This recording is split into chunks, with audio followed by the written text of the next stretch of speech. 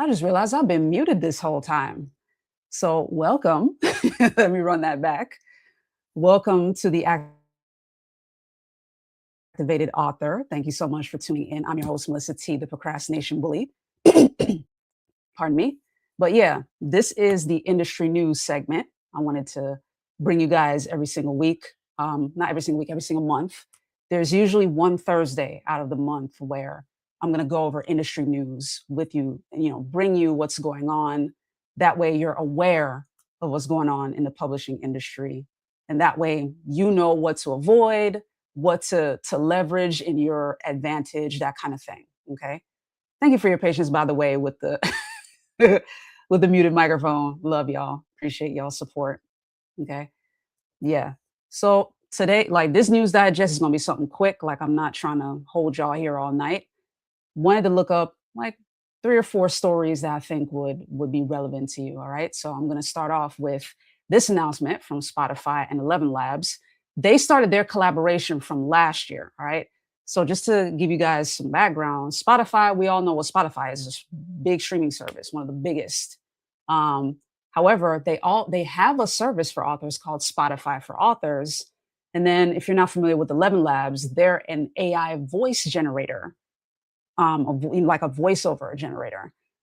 And the two companies joined up last year so that people who use 11 Labs to create their audiobooks can then publish their audiobooks on the Spotify for Authors platform, on the Spotify platform. The reason this is here in the news this week is that they are now deepening that collaboration so that people who are on the Spotify for Authors platform, like from the Spotify platform, will then be able to publish their audiobooks directly in there. They won't have to do their audiobooks in 11 Labs and bring it over. They're doing something in beta that launched I want to say here in June, where right in Spotify for Authors, like right in there, they can publish their audiobook straight. That way they're not having to use the two platforms separately. So that's something that's interesting.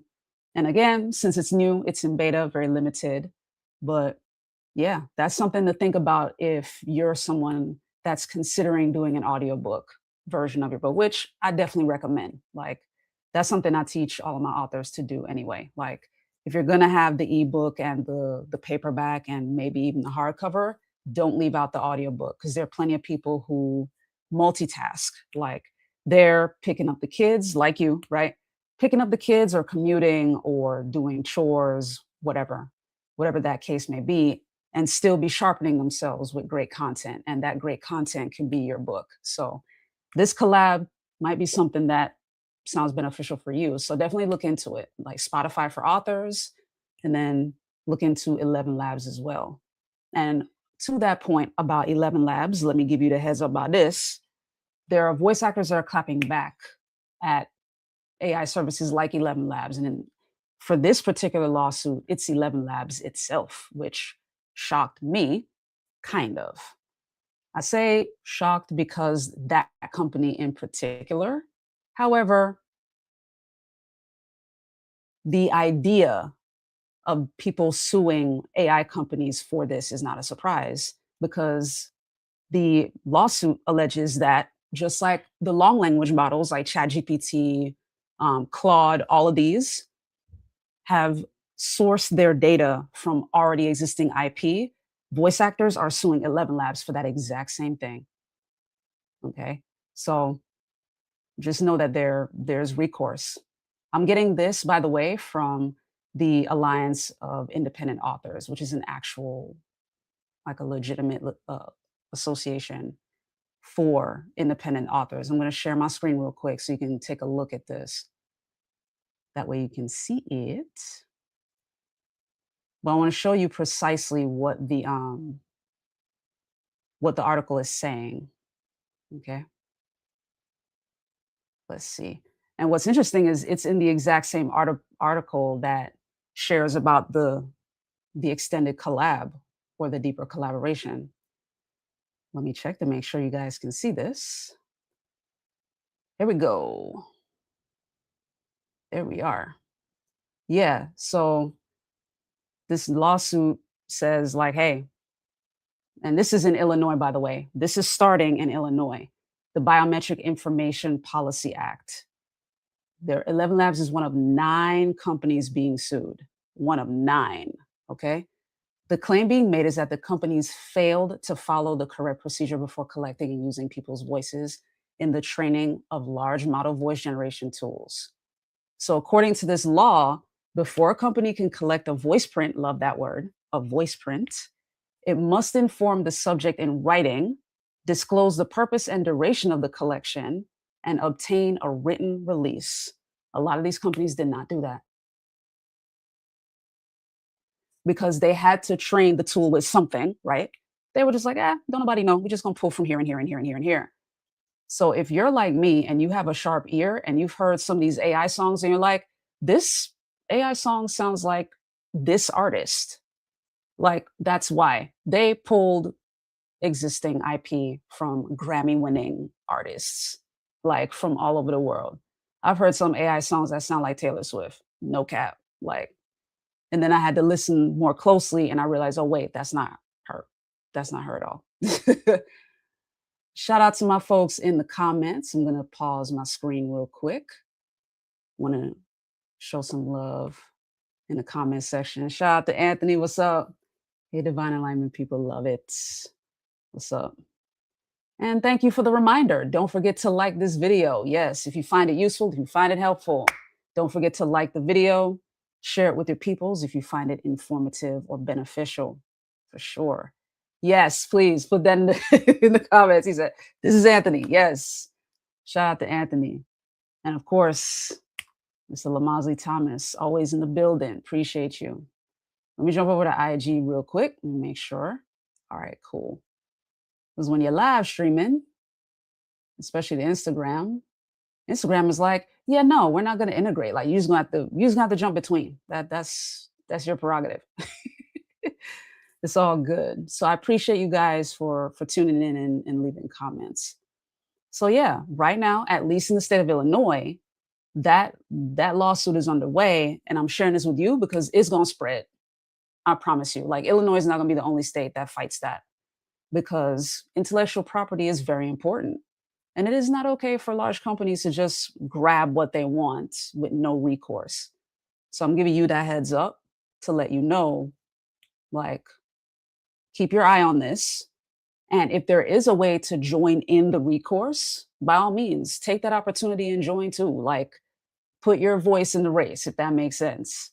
You know what I mean? Let these companies know that your IP is yours, not theirs. All right. So I'm going to take that one down.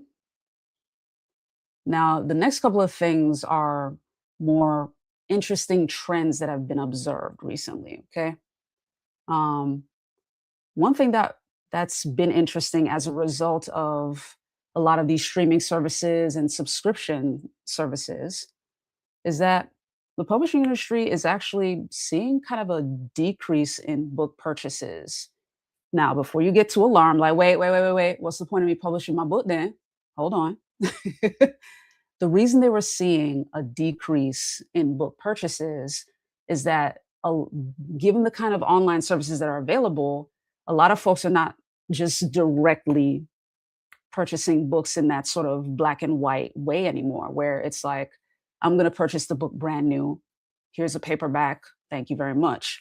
These days, with a lot of streaming services, there are subscription packages. So it's a little bit harder to measure the dollar per book kind of thing. These days, especially if we're talking e-readers like the Kindle, the Barnes and Noble e-reader, the Nook, stuff like that. With digital books, it's not counted by you simply paying for the purchase of the ebook. They count it by how many pages you've read, like the percentage of the book that you've read. Authors are then paid based on that, not just they pay the $9.99 for my ebook. Thank you very much. It's not that cut and dry anymore. And those shifting dynamics are impacting independent authors and the royalties that they collect. So I'm sharing this with you as you prepare to get your book done or get it published, that this is something you need to consider. Like, and I'm a firm believer that yes, go wide in your book publishing and distribution approach, but do not sleep on direct sales. Like, your best bet is going to be to craft an offer around your book on your direct website. Some of the books that are behind me, there's a lot of them back there, but some of them I purchased directly from the author's website because that is the most effective way for the author to benefit from my purchase. No royalty split, there's no reading percentage thing that they have to worry about. They're not having to wait 30 to 60 to 90 days to collect their royalty, depending on the publishing platform. With Amazon, it's 90, by the way, y'all. Like, I know Amazon is the biggest platform, it's the Google for books. But just so you're aware, when you publish through KDP, that's 90. You're waiting 3 months for your royalty payout. Okay. Let me see. Would you turn your book into an audiobook? I am. I do intend to. The Pain to Prose playbook will be an audiobook for sure. I was thinking about using 11 Labs. I don't know. We'll see. I don't know. Maybe I'll do that, maybe not. But yeah, the answer is yes, like it will be. Because I understand that I do have a bit of a soothing one.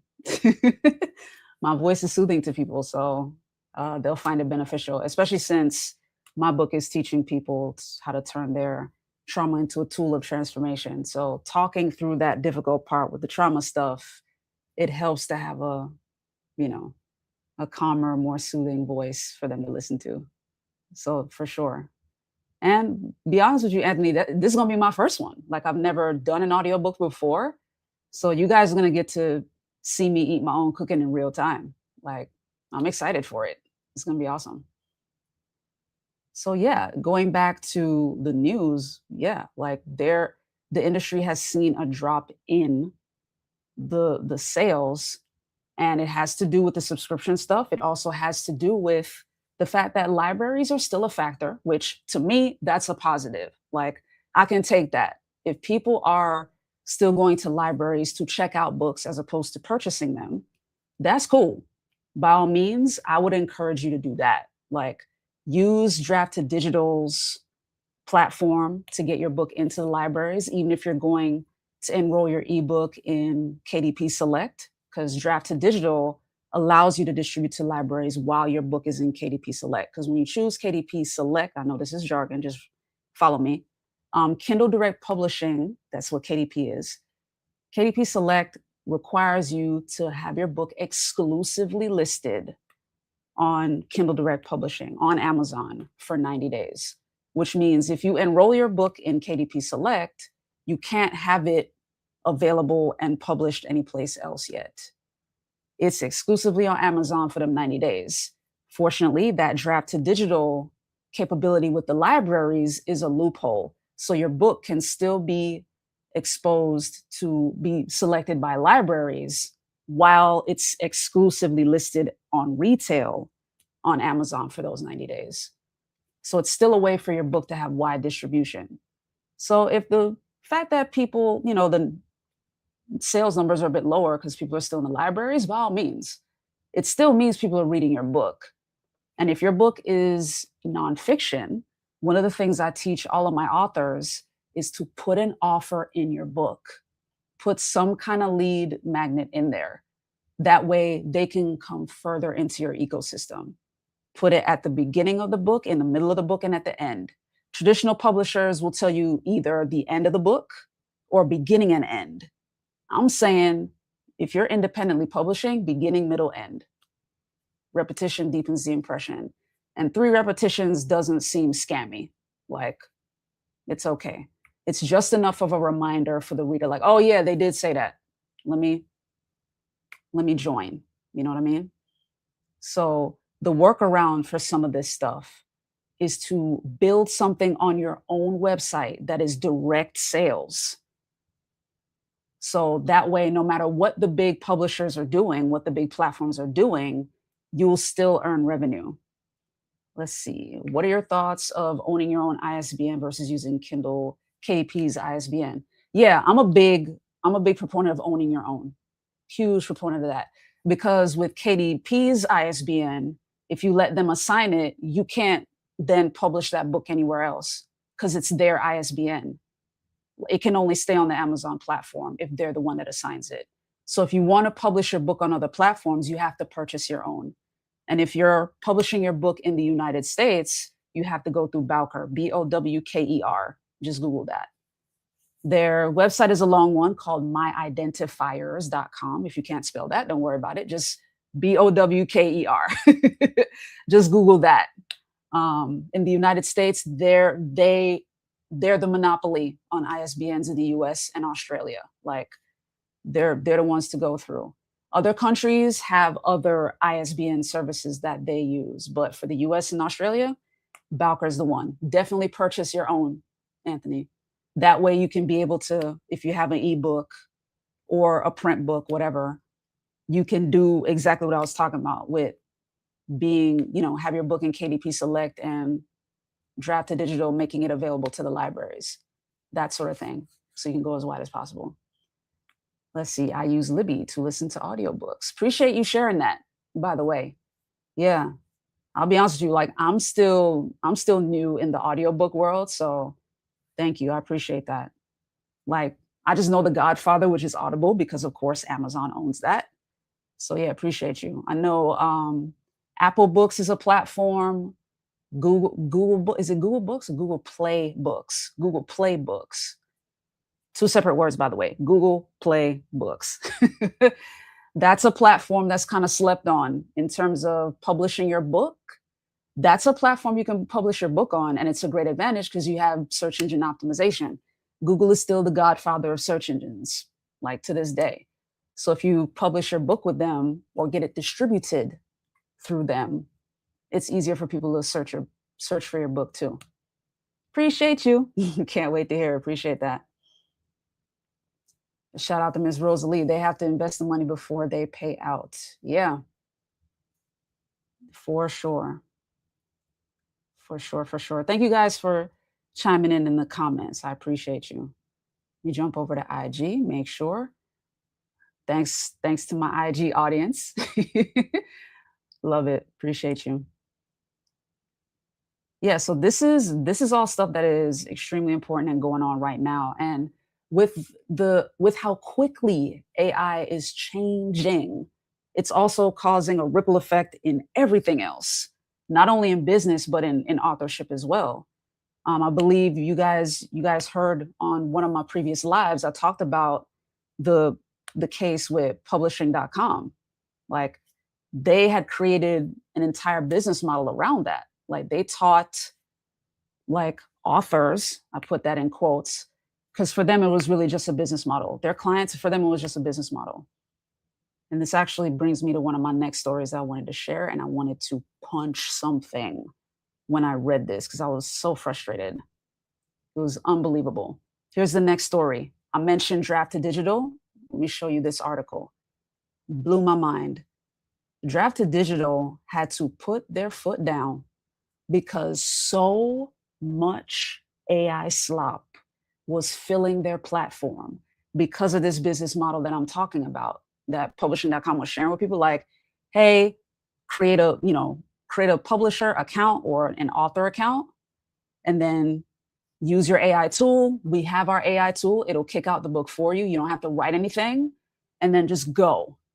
All right. That's what was going on there.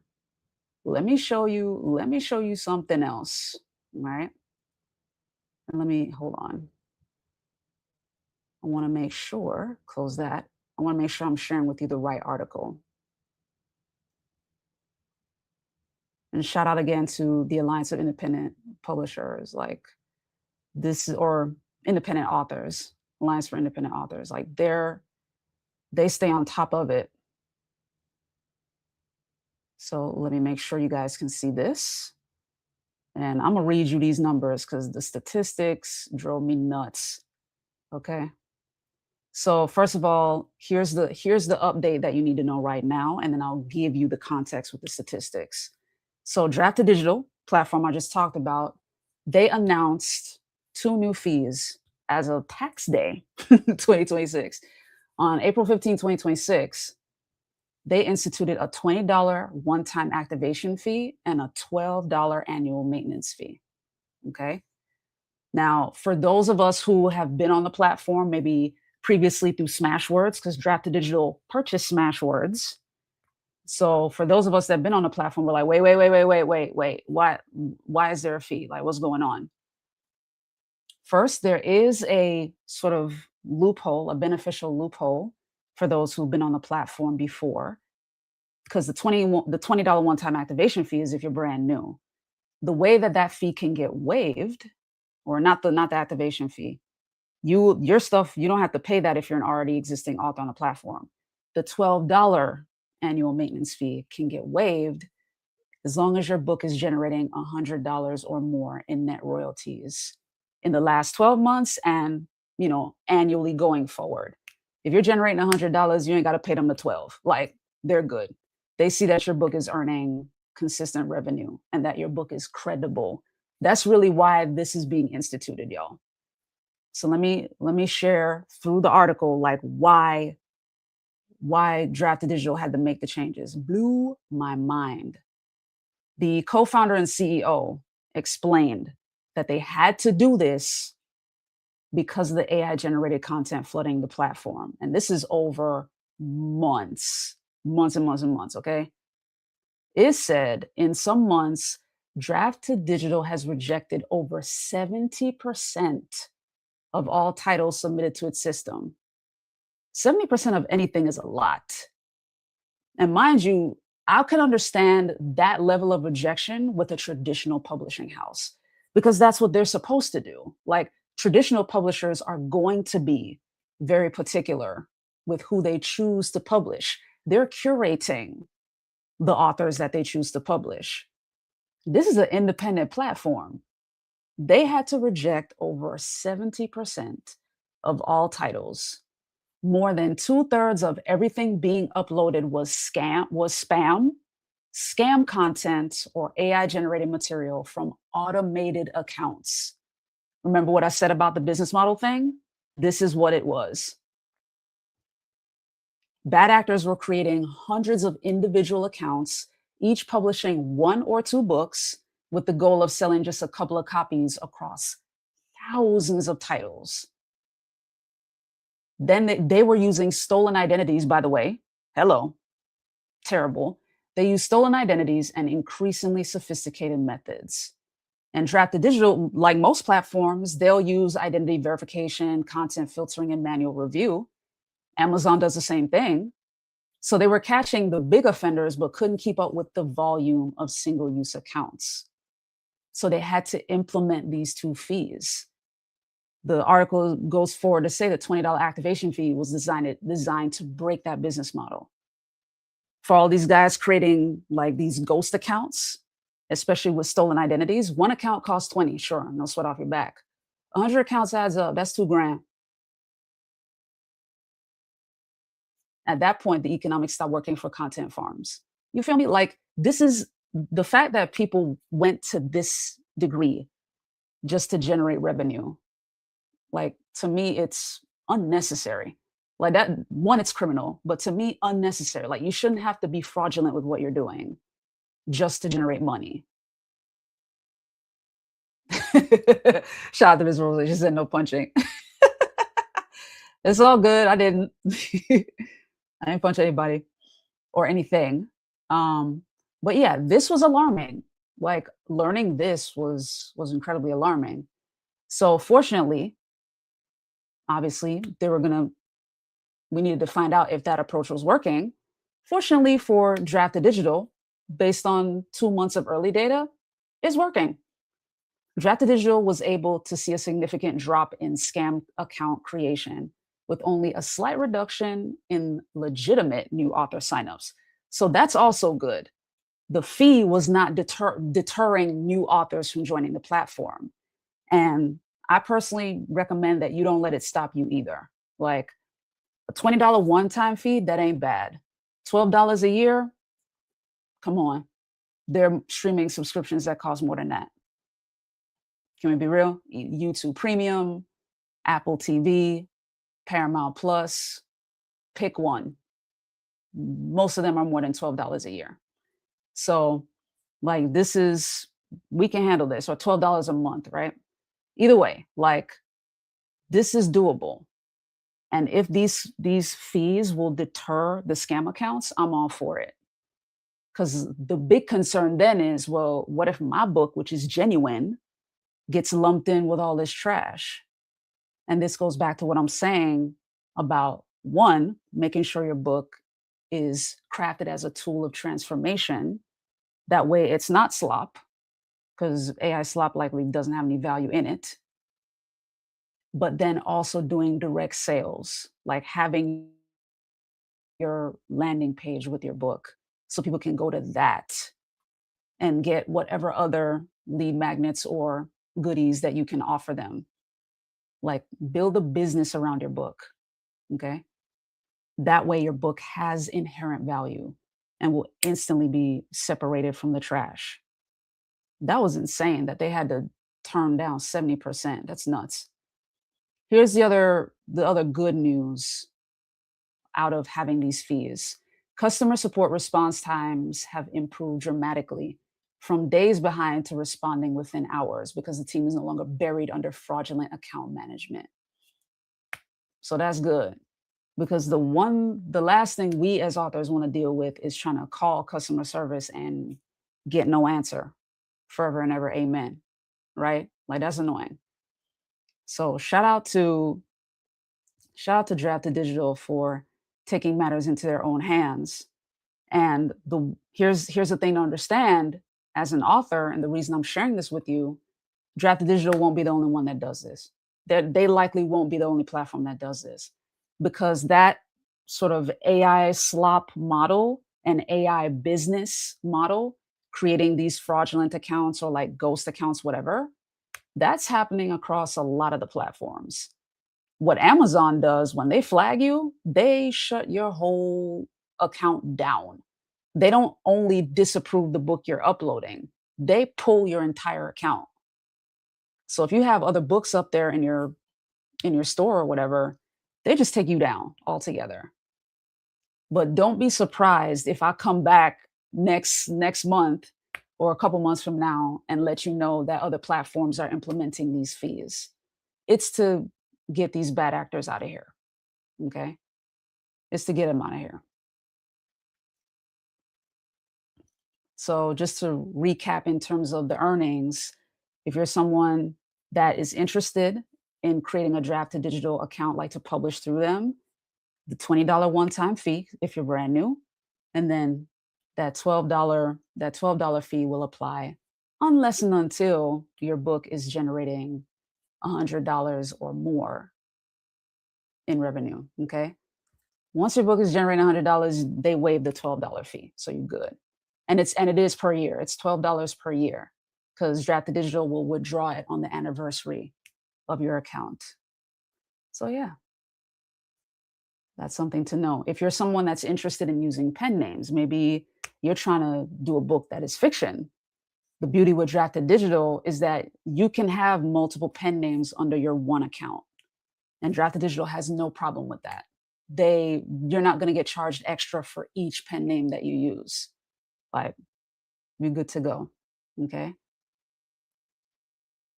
So prayerfully that was beneficial to you. Shout out to you, Anthony. Appreciate you. Thanks for sticking around for as long as you did. And you are very welcome. You're very welcome. I'll remove that story there for you guys.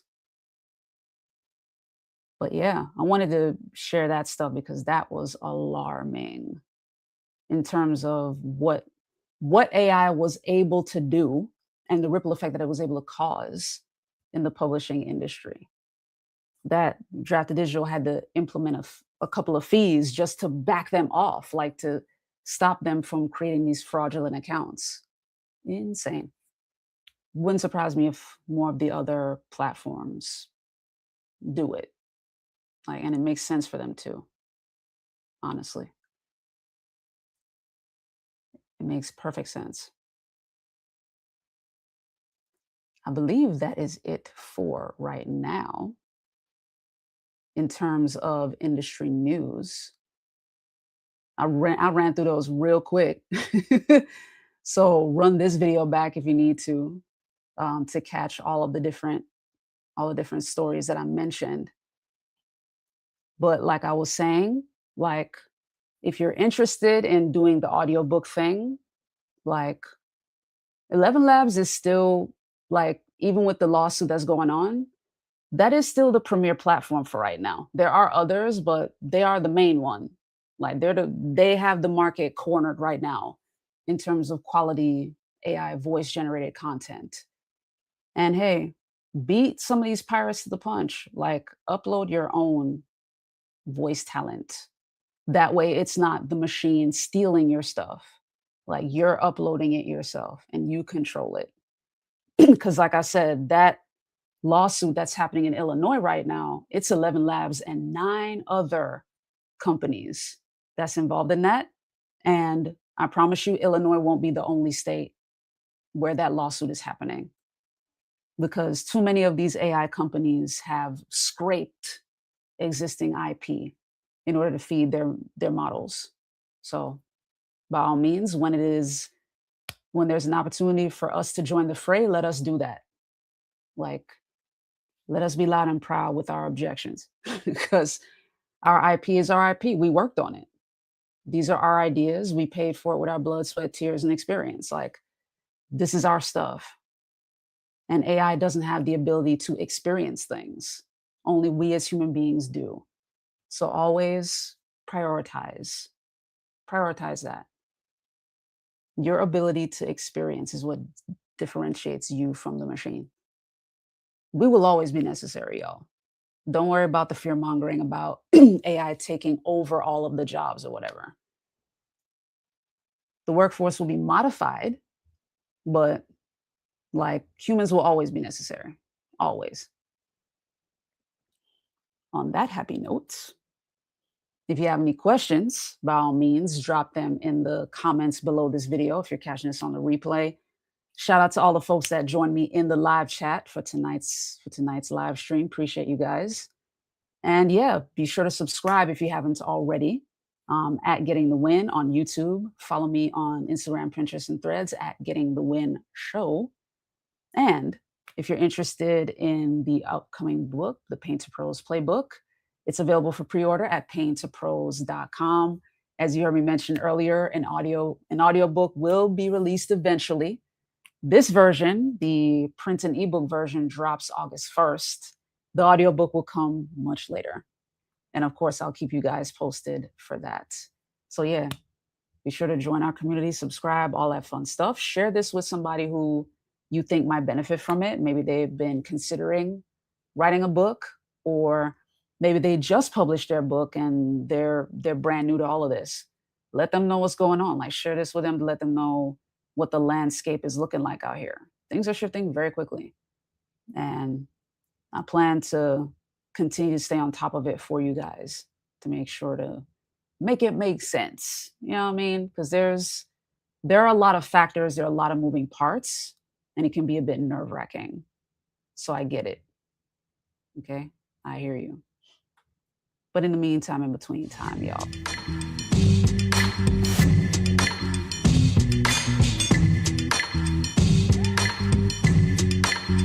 I'll catch you guys on Wednesday. Show, and of course, next Thursday at 7 p.m.